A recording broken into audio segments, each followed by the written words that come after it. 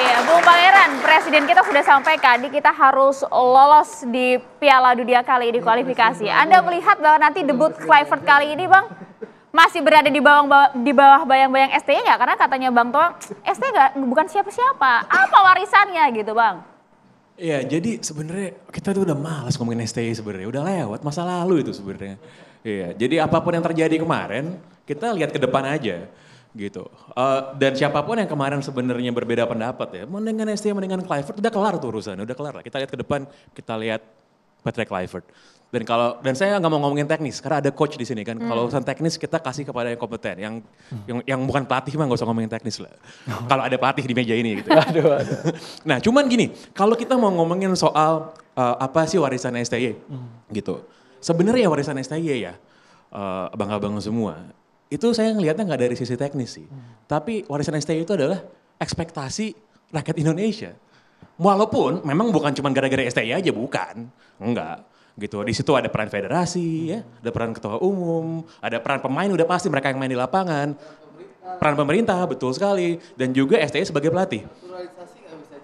Nah, sehingga yang harus dilakukan dan Kluivert PR-nya adalah bagaimana melampaui pendahulunya. Harus lebih baik dari segi hasil udah pasti dan dari segi permainan. Salah satu kritik terbesar kepada STY adalah mainnya boring gitu kan ya. Mainnya defensif, bertahan mulu gitu, tapi dapat hasil. Kan maunya kita adalah bermain bagus, ofensif, atraktif, ya, proaktif dan juga menang. Begitu.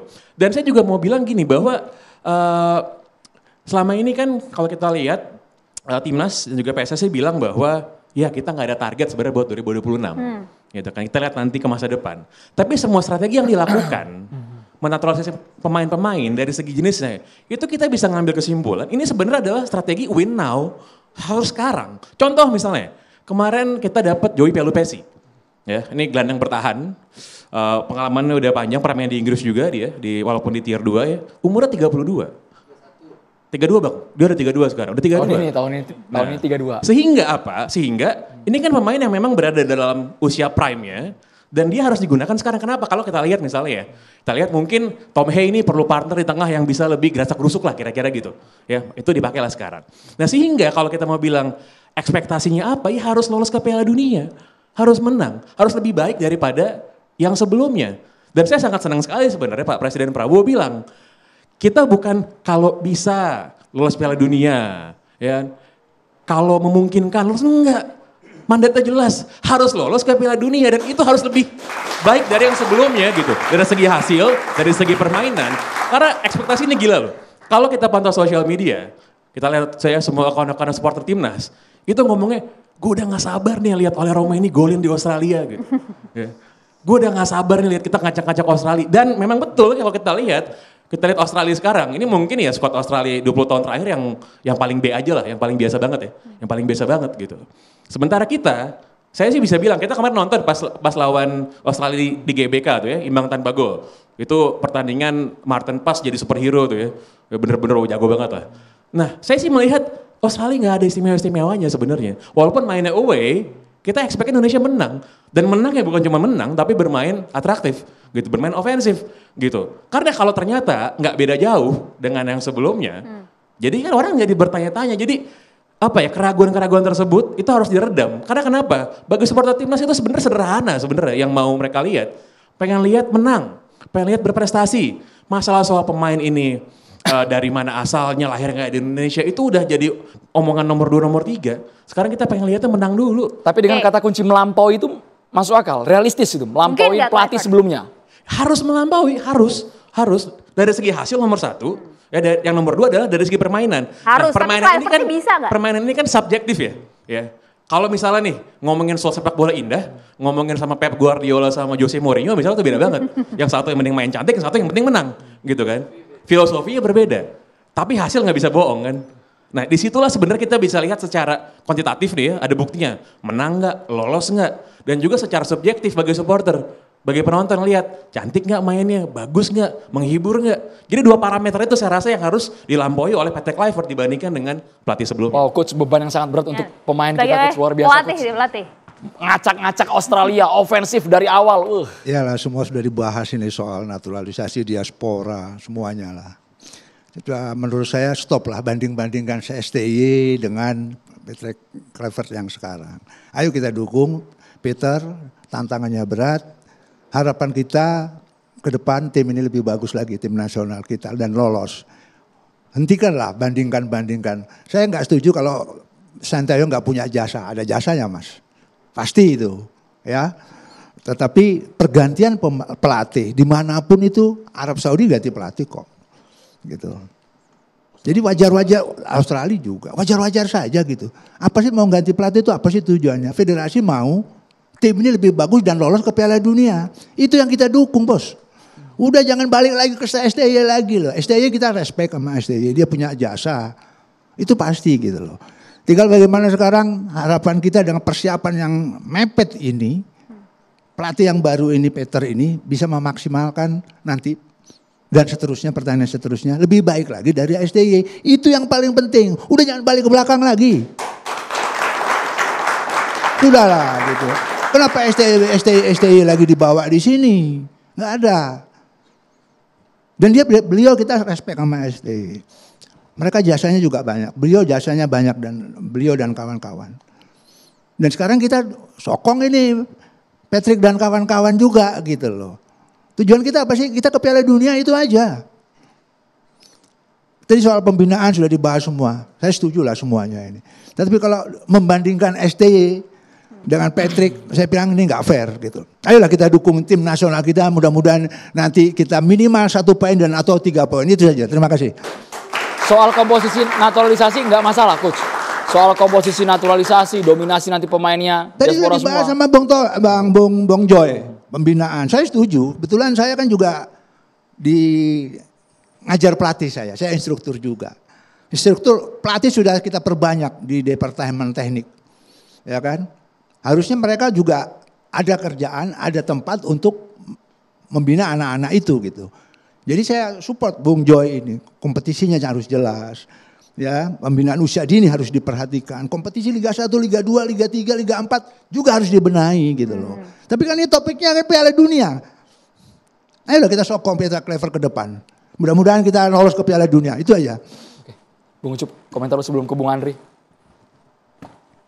Saya sih setuju bener apa yang dikatakan Coach Banur, apalagi dulu ini kan timnya beliau ini yang kita sebut-sebut hampir lolos Piala Dunia 86. Ya, waktu itu kita hampir lolos, cuman Asia jatah cuman 2. Ini sekarang berapa jatah? Iya 8. Kami dulu, bukan saya anti naturalisasi, kami di lokal semua, hampir aja. Kalau kita menang sama Korea, tapi siapa yang mau menang sama Korea gitu kan? Gitu loh. Hampir lolos kita waktu itu. Kita juara subgrup Asia. Subgrup 3B. Ya, Jepang ke sana. Dan cuma 2 bos. Ini 8 loh. Makanya ini momentum yang kesempatan yang besar kita ke Piala Dunia. Ayo kita support tim nasional yang sekarang. Terima kasih. Oke. Bung Ucup. Iya sebetulnya kita belum pernah sedekat ini ke Piala Dunia kan. Jadi kalau kita selalu bersepakat bahwa kita ingin melihat, ya maksudnya 2 babak lagi kan, hampir sama gitu. Dan waktu itu peserta cuma 2. Nah kalau saya ginilah, tahun 2012 saya pernah bikin film yang cerita Indonesia lolos ke Piala Dunia. Ya tapi bukan dengan pemain diaspora sih, tapi intinya dengan impian lah, sebuah universe yang saya ciptakan sendiri. Waktu saya kecil saya selalu sebelum kemudian jadi filmmaker saya suka nulis cerita-cerita Indonesia ke Piala Dunia. Jadi kalian ini kalah lah sama Ai. 80-an udah duluan nulis. Ketika timnya Bang Banur kalah 1-4 di GBK, saya ingat itu saya nonton dari stadion pulang, saya bikin catatan tuh Indonesia ke Piala Dunia gitu. Nggak pernah kejadian. Jadi kalau hari ini lolos ya saya senang-senang aja. Karena kan memang semua orang pengen, apalagi anak-anak yang muda-muda yang bilang seumur-umur pengen lihat negara di Piala Dunia, saya duluan dari mereka kan. Pengen lihat apa Rizky Ridho nekel Messi gitu kan. Nggak mungkin, Misil Girls. Jadinya maksudnya poinnya adalah apakah semua kita mendukung, ya kita mendukung. Kita mendukung semua kan. Dan kita akan punya kebanggaan bahwa bendera itu ada di stadion, nyanyi bareng-bareng. Jadi memang sudah tidak pada tempatnya lagi kita bicarakan STY ini. Seneng nih berdua, apalagi Bang Toel. Saya curiga Bang Toel datang ke sini karena STY, oke saya berangkat. Sebut-sebut lagi Bang Toel. Ya, jadi artinya itu tujuannya kan.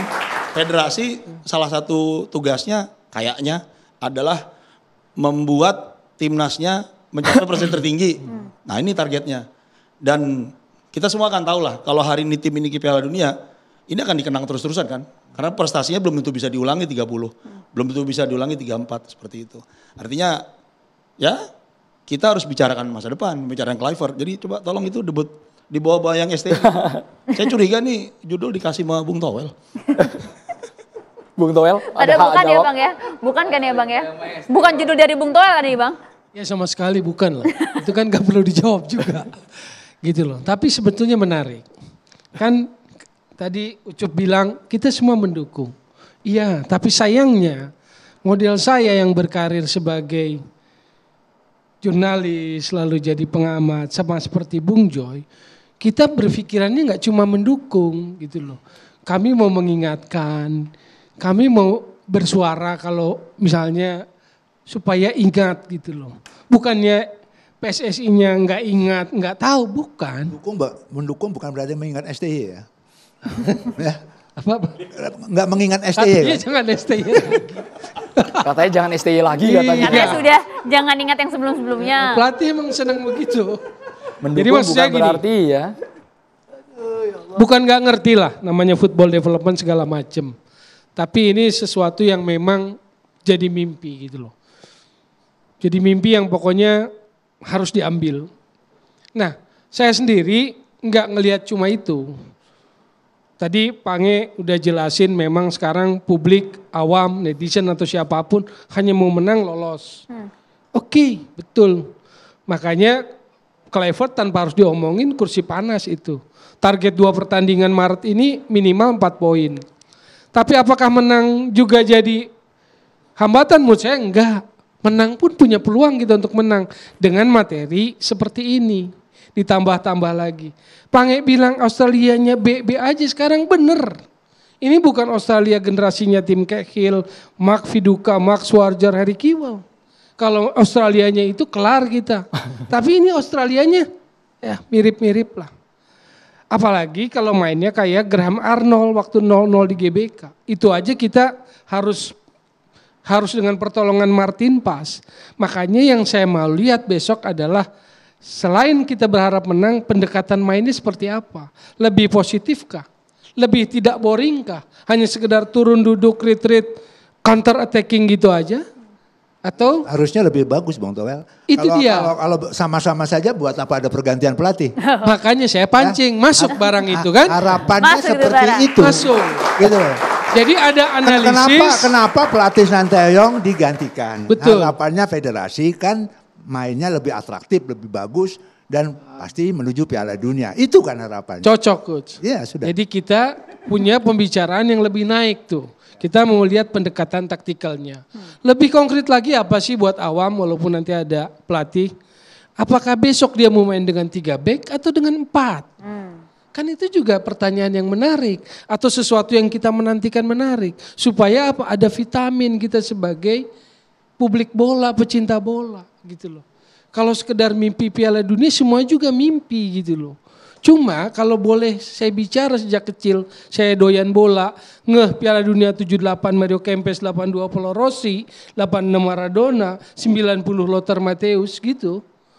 Yang saya nggak berani mimpi sejujurnya Indonesia ke Piala Dunia. Karena yang saya mau lihat di Piala Dunia adalah pesepak bola anak bangsa itu yang ada dalam pikiran. Oke.